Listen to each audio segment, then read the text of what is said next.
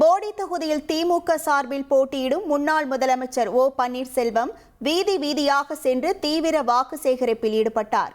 திறந்தவெளி வாகனத்தில் உதயசூரியன் சின்னத்திற்கு வாக்கு சேகரித்த அவருக்கு கம்பம் ரோடு மற்றும் முருகன் கோவில் பகுதிகளில் பெண்கள் ஆரத்தி எடுத்தும் மாலை அணிவித்தும் உற்சாகமான வரவேற்பு அளித்தனர்.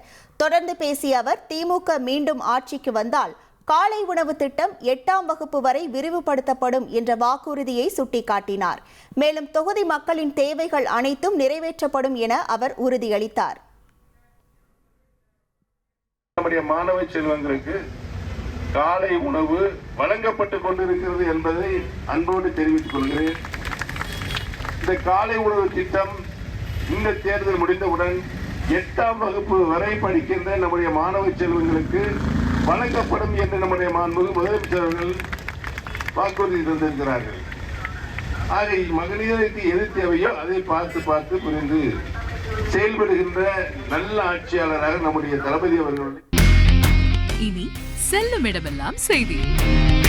தந்தி டிவியின் வாட்ஸ்அப் சேனலை ஃபாலோ பண்ணினா செல்ல இருக்கும் இடமெல்லாம் செய்தி.